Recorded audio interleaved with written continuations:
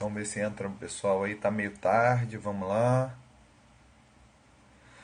Vamos lá, vamos convidando aí os amigos, vamos convidando os seguidores. Aline, Gláucia, Delegado Azevedo, Kiel Castro, Felipe Tenório, Neide, Patrícia Mendonça, João, Franciele, Magistrada 2017, boa noite. Vamos convidando aí o pessoal. Josi, isso aí, Felipe Tenório convidou os seguidores. É isso aí, pessoal. Tô vendo o pessoal entrando, mas eu não tô vendo convidando os seguidores. Boa noite, Delegado Azevedo. Isso aí, convidando os seguidores, Kiel, Ana, Bruno. Isso aí, Ana. Felipe Tenório publicou, bacana. Vamos aí então convidando os amigos, vamos convidando os seguidores. Glaucia Ruas convidou os seguidores, que é o Castro, para a gente poder começar. É um tema legal, é um tema que eu acho que pode ser cobrado na sua prova de direito constitucional, porque é um tema que está em evidência. Então a gente vai dar só aquelas noções, tentar dar mais noções de maneira didática. Josi, tentar dar umas noções de maneira didática para que vocês consigam responder ali na sua prova do concurso.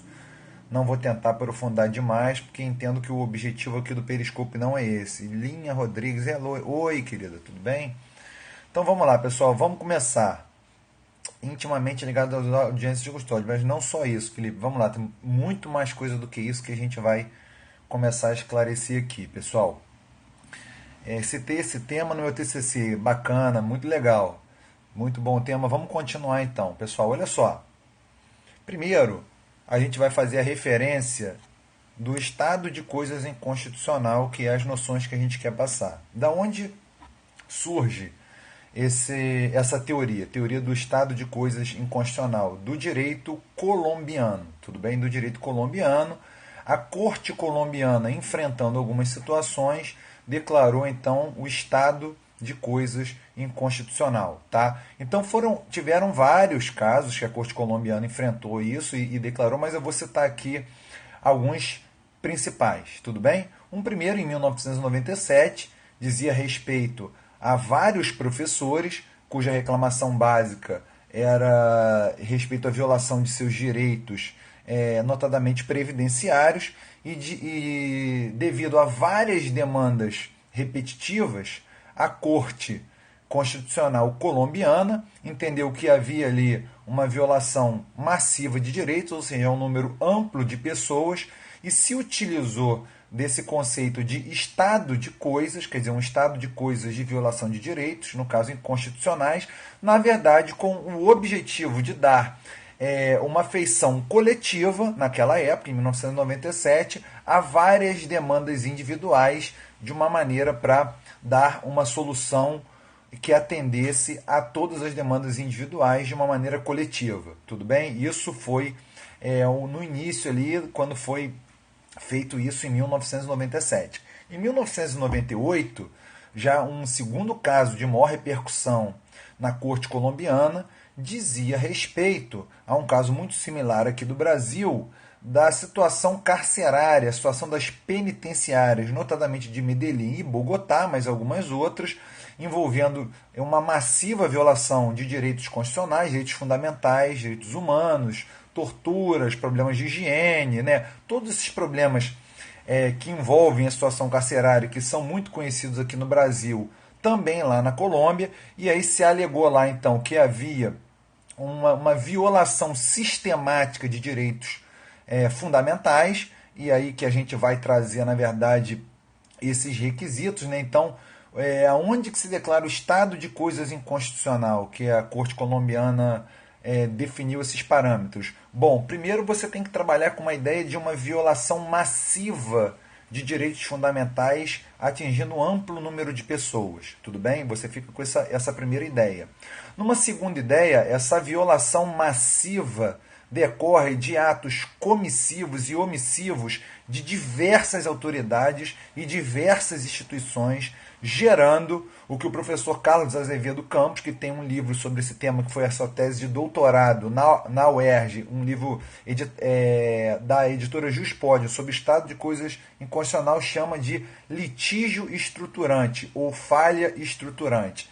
Esse litígio estruturante ou falha estruturante é o quê? Significa que essa violação massiva dos direitos fundamentais, ela na verdade é fruto não da omissão de um órgão, de uma instituição, e sim de todo o sistema, todos os órgãos, executivo, legislativo, judiciário, órgãos administrativos, alocação de recursos. Sim, eu acho que ele estudou inclusive na faculdade aí de Campos.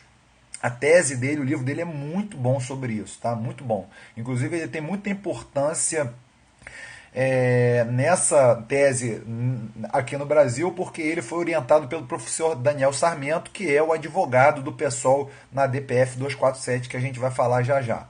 Mas tudo bem, pessoal, então vamos continuar. Então, violação massiva de direitos fundamentais a um amplo número de pessoas, caracterizada por uma omissão das autoridades, dos poderes, onde a solução passa por um diálogo estruturante, ou seja, várias instituições têm que dialogar no sentido de resolver aquele problema. Então, na verdade, a corte ela tem que adotar uma postura mais dialógica, ou seja, de diálogo. A gente vai falar sobre isso um pouco mais na frente, para voltar aqui ao caso das penitenciárias lá na Colômbia. Então, a corte colombiana, verificando esses pressupostos, uma violação massiva dos direitos fundamentais, atingindo um amplo número de pessoas nas penitenciárias, necessidade de tomada de medidas por vários órgãos, reformulação de políticas públicas, declarou então o estado de coisas inconstitucional em relação ao sistema penitenciário colombiano, determinando uma série de medidas. Tudo bem? Esse foi um segundo caso. Um terceiro caso, em 2004, envolvendo o deslocamento forçado de pessoas na Colômbia. Foi um drama de direitos humanos vivido na Colômbia, onde cerca de 1.150 famílias, mais de 5 milhões de pessoas foram obrigadas. Ô, professor Zuc, tudo bem? Estamos jogando aqui no direito constitucional. Então vamos continuar aqui, pessoal. Então, no caso do deslocamento forçado na Colômbia, por conta da violência urbana, da violência das Farc em tomada de terras e de plantações de coca, isso gerou o deslocamento forçado de mais de 1.150 famílias, mais de 5 milhões de pessoas, que atingia na época cerca de 11,4% da população da Colômbia. Isso começou em 1960, mas se tornou muito mais comum entre os anos de 1985 e 2010. Então isso gerou um drama humanitário, que as pessoas tinham que largar e migrar para outras regiões da Colômbia, fugindo da violência das Farc. As pessoas eram então deslocadas forçadamente, elas tinham que sair temendo pela sua vida, pela sua integridade física. Isso gerou um drama humanitário na Colômbia e fez com que a corte colombiana chamada declarasse também o estado de coisas inconstitucional, chamado de SI. Por quê? Porque também reconheceu que havia uma massiva violação dos direitos fundamentais de um grande número de pessoas, que havia uma omissão dos poderes em relação a esse deslocamento forçado, ou seja, ninguém resolvia, e que havia uma necessidade de uma solução estruturante. Tudo bem, pessoal? Então, esses são os casos da corte colombiana referente ao estado de coisas inconstitucional. Então, aqui no Brasil, esse tema foi trazido através da ADPF 347. ADPF 347, de autoria do PSOL, Partido Socialismo e Liberdade, que tem como advogado o Daniel Sarmento, que é um grande constitucionalista, ex-procurador regional da República, advogado, que é o advogado nessa causa, que por acaso, ou não por acaso, foi o orientador do Carlos Alexandre Azevedo Campos, que tem um livro excelente, que já foi citado aqui, de Estado de Coisas Inconstitucionais, que essa foi a sua tese de doutorado. Então, o Daniel Sarmento, em síntese, é longa a petição do pessoal, eu li a inicial, vários trechos da inicial, relata que o sistema carcerário brasileiro evidencia um estado de coisas inconstitucional. Pessoal, muito mal comparando, só para fazer uma abordagem didática, para vocês não esquecerem, essa questão da violação massiva dos direitos fundamentais, de uma forma estruturante, um litígio estrutural que depende de uma solução estrutural, uma reformulação de políticas públicas. Vamos jogar aqui numa área que o professor Zuc está aqui, mas isso é mais para você memorizar, que é o seguinte: lembra do conceito de crime permanente? Aquele crime cuja conduta e a consumação se protraem no tempo, enquanto se protrair está ocorrendo o crime e pode ocorrer a sua ação flagrancial em qualquer momento? Muito mal comparando, só para efeitos didáticos, mas se trata de uma violação de direitos fundamentais permanente. Permanente. Por quê? Por conta de ações e omissões estruturais que dizem respeito a todos os órgãos, todas as esferas de poder e cujo bloqueio político e institucional dificulta a solução do problema. Tudo bem? E aí, pessoal, o professor Carlos Alexandre, ele traz uma visão que é a seguinte visão. Professora Vivian, estou me sentindo examinado aqui em Direito Constitucional, falando sobre Direito Constitucional com a professora Vivian, tá? O professor Carlos Alexandre Campos Azevedo, então, ele falando sobre esse estado de coisas inconstitucional, ele diz que lá quando houve as sustentações orais na ADPF 347, se argumentaram algumas coisas. A primeira que foi questionada foi a legitimidade democrática da Corte Constitucional, no caso do STF, uma vez que isso seria uma forma de ativismo, né? Esse foi o primeiro argumento. Um segundo argumento é o de que a questão penitenciária, o próprio conceito de estado de coisas inconstitucional não resolveu o problema da questão carcerária e penitenciária na Colômbia, que continua altamente problemática, então que isso não tinha sentido isso ser adotado pela Corte Nacional. O professor Carlos Alexandre, que já falei aqui, foi orientado pelo professor Daniel Sarmento, que é o autor, na verdade o advogado do PSOL, que é o autor da ADPF, ele diz o seguinte, que isso é uma meia-verdade, né? Ele não discute inicialmente essa questão do ativismo, mas ele discute o argumento de meia-verdade, porque se não é verdade que houve sucesso na adoção do estado de coisas inconstitucional na Colômbia, na questão penitenciária, foi por conta de, naquela ocasião, a Corte colombiana ainda não ter amadurecido e ter optado por um caminho já tradicional de fazer uma decisão mandamental e que não se estabelecesse um diálogo com as demais autoridades que teriam que ser envolvidas na resolução do problema, o que é chamado de jurisdição supervisora. Ou seja, teria que, além de meramente dar uma ordem para se resolver o problema, se estabelecer um diálogo permanente, numa jurisdição supervisora, para que fossem avaliados os progressos, reformulando políticas públicas para resolução e para melhoria do problema. Segundo o professor Carlos Alexandre,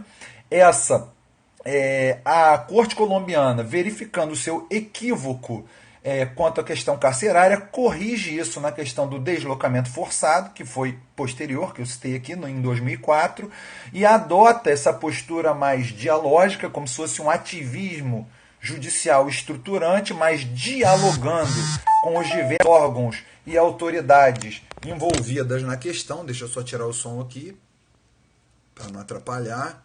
Isso.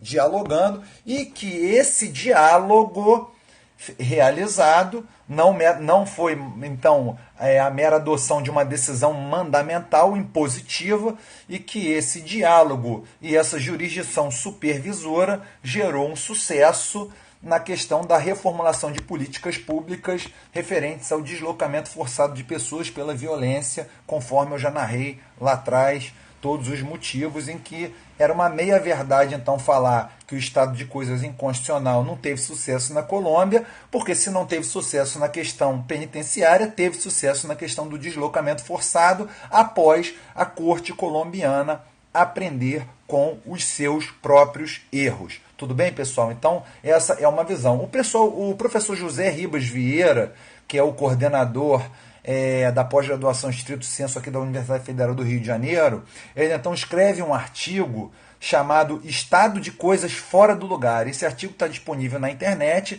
eu já li vários artigos do professor José Ribas Vieira em vários temas, entendo que ele é um grande jurista, uma pessoa que tem uma capacidade de escrever artigos sobre temas importantíssimos, normalmente curtos, claros e com dados quantitativos muito importantes. O professor José Ribas Vieira, ele faz, na verdade, uma crítica dizendo não ao estado de coisas inconstitucional em si, da DPF 347, mas ele diz que a decisão do Supremo, a partir do momento que dos vários pedidos elencados pelo pessoal na inicial, só deferiu 2 referentes à alocação de recursos do fundo penitenciário e a imposição de realização de audiências de custódia em caráter liminar, trilhou o caminho de uma decisão meramente mandamental, o que seria ruim, que encairia naquele erro que gerou o insucesso daquela decisão da Corte Colombiana em relação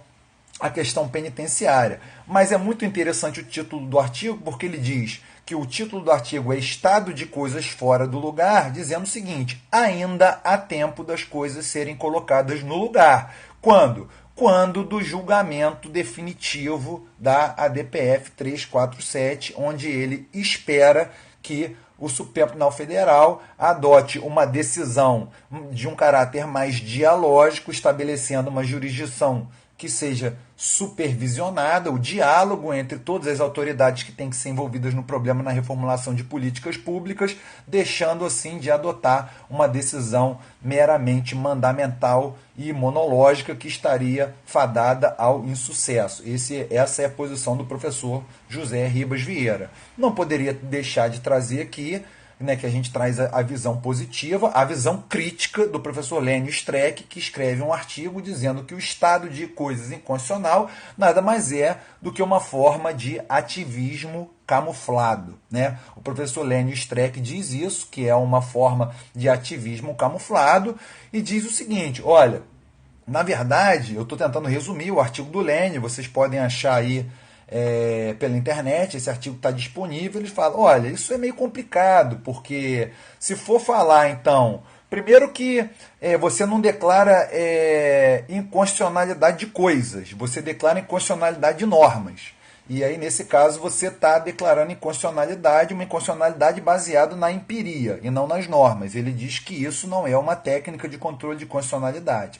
Segundo, que ele entende que isso é dar um cheque em branco para a corte, e que, na verdade, se você usasse esse discurso contra a própria corte, o STF seria inconstitucional, porque ele não faz valer a Constituição, o que gera, em vários casos, como, por exemplo, direito à moradia, direito à saúde, o que gera uma violação massiva de direitos fundamentais. Então, você poderia usar a mesma tese para declarar, então, o estado de coisas inconstitucional do próprio STF, da própria Corte. É uma crítica ácida do professor Lênio Streck, é uma crítica que faz sentido, mas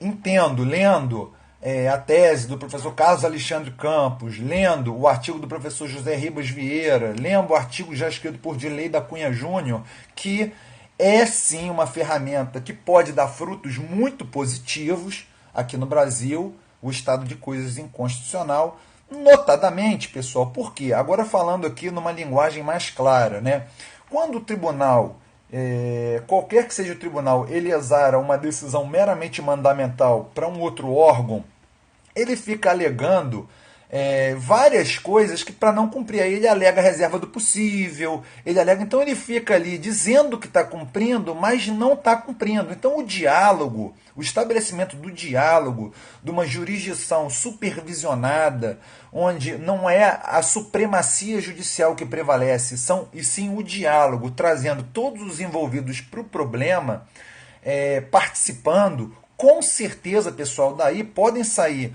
uma formulação de políticas públicas muito mais sérias e consistentes do que uma mera análise pelo tribunal de que está errado e mando que faça isso, que faça aquilo outro, cumpra sob pena de. Isso já não deu certo. E o próprio exemplo colombiano, no sentido de que quando agiu dessa maneira não deu certo no caso da questão penitenciária, e quando agiu de uma maneira mais dialógica, deu certo, que na questão do deslocamento forçado, demonstra isso. Quer dizer, nós temos um caso prático da corte colombiana que deu o fruto, que deu resultado. Então, acho um conceito muito válido, acho que é uma experiência muito possível.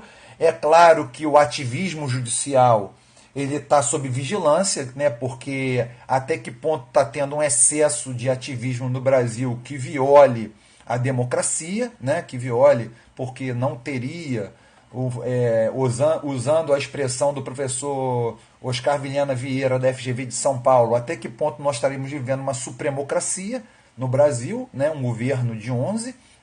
Então, isso tem que ser acompanhado de perto. Acho que as críticas são pertinentes, mas em relação ao estado de coisas inconstitucional, acredito que é uma tese muito viável e palatável de produzir muitos bons frutos aqui no Brasil. E eu queria deixar claro também que quando a gente estuda, e eu queria valorizar o pensamento acadêmico, porque é muito comum a gente ler alguns artigos, se vocês procurarem na internet, e estarem assim, o STF importou a teoria do estado de coisas inconstitucional, o STF é como se fosse um mérito do STF, do ministro Marco Aurélio, ter trazido essa tese, essa teoria para o Brasil. Não foi, pessoal. Eu não sei exatamente, eu fazendo aqui as minhas pesquisas por ocasião do mestrado, eu vislumbrei algumas coincidências. Quando você analisa o voto, na verdade o relatório da DPF 347 e analisa o prefácio do livro do professor Carlos Alexandre Campos, que é feito pelo ministro Marco Aurélio, ele mesmo diz que essa tese foi trazida pelo programa de pós-graduação da UERJ. Tudo bem? Então essa tese ela foi importada pela academia e eu estou dando importância para isso. Eu estou dando importância para isso porque a gente tem tido um diálogo muito condicionado ao ativismo como teoria de valor só que vem do Supremo, o que não é verdade. Muitas vezes as teorias que são veiculadas como se fossem do Supremo, que o Supremo trouxe, né, como se fosse uma referência ao direito constitucional americano, onde por ter uma tradição maior de common law, é mais normal que o direito seja produzido pela jurisprudência do que pela doutrina, pelas academias, seja um mérito sempre do Supremo. Nesse caso eu fui investigar e não. Em princípio me parece que foi importado inicialmente no programa de pós-graduação da UERJ e isso tem que ser ressaltado, tem que ser valorizado, cujo inclusive o professor Daniel Sarmento é vinculado a esse programa e é o advogado do PSOL nesse caso, e o professor Carlos Alexandre Campos, que lançou esse livro pela editora Juspodium, esse livro me parece ser a tese de doutorado dele, que foi orientado pelo professor Daniel Sarmento. Então estou trazendo a importância do pensamento da academia na construção de uma tese, na verdade na importação de uma tese, tentando adaptar o que alguns falam que foi adaptado de maneira crítica. Não acredito, eu acho que em parte, mas que eu acredito que foi muito bem construída, lendo as argumentações realizadas pelo advogado, no caso, pelo professor Daniel Sarmento na DPF 347. Então eu queria ressaltar que, na verdade, é um trabalho de um programa de pós-graduação muito sério que é aqui da Universidade do Estado do Rio de Janeiro e que foi levado ao STF na DPF 347 e que, dentre uma série de alíneas, realmente em sede liminar deferiu essas duas referentes ao alocamento de recursos do fundo penitenciário, proibindo o contingenciamento dos recursos para outras áreas e a imposição da realização de audiências de custódia, mas tem uma série de outras alíneas lá que falam em normas penais, interpretações de normas penais, que os juízes, sempre que decretarem uma prisão preventiva, eles têm que fundamentar o motivo pelo qual eles deixaram de utilizar uma das cautelares do 319, ou seja, várias medidas para evitar o hiperencarceramento. Tudo bem, pessoal? Espero que eu tenha trazido de uma maneira didática umas noções básicas sobre o estado de coisas inconstitucional. Espero que vocês tenham aí entendido e que vocês tenham, quando isso não seja nenhum monstro, caso caia lá no concurso de vocês saibam desenvolver alguma coisa. Queria agradecer a presença da professora Vivian, do professor Ailton Zucchi e de todos vocês que estão na sala aqui prestigiando nosso trabalho, desejando que caia na prova de vocês e que vocês acertem. Tudo bem, pessoal? Então, quem gostou, indica para os amigos. Professora Vivian, As suas palmas fazem com que eu me sinta, ainda mais eu, né, iniciando ali no mestrado de Direito Constitucional, como se numa prova oral tivesse sido aprovado. Muito obrigado. Então, indica aí para os amigos, tanto no Periscope como lá o nosso Instagram, né, Delta RJ Luiz com Z Marcelo. Quem não segue, se quiser, passa a seguir lá, Delta RJ Luiz Marcelo. Um forte abraço, parabéns por estar estudando até essa hora. Eu entendo que Deus vai contemplar o sonho de vocês na hora certa. Um abraço a todos e até o próximo vídeo.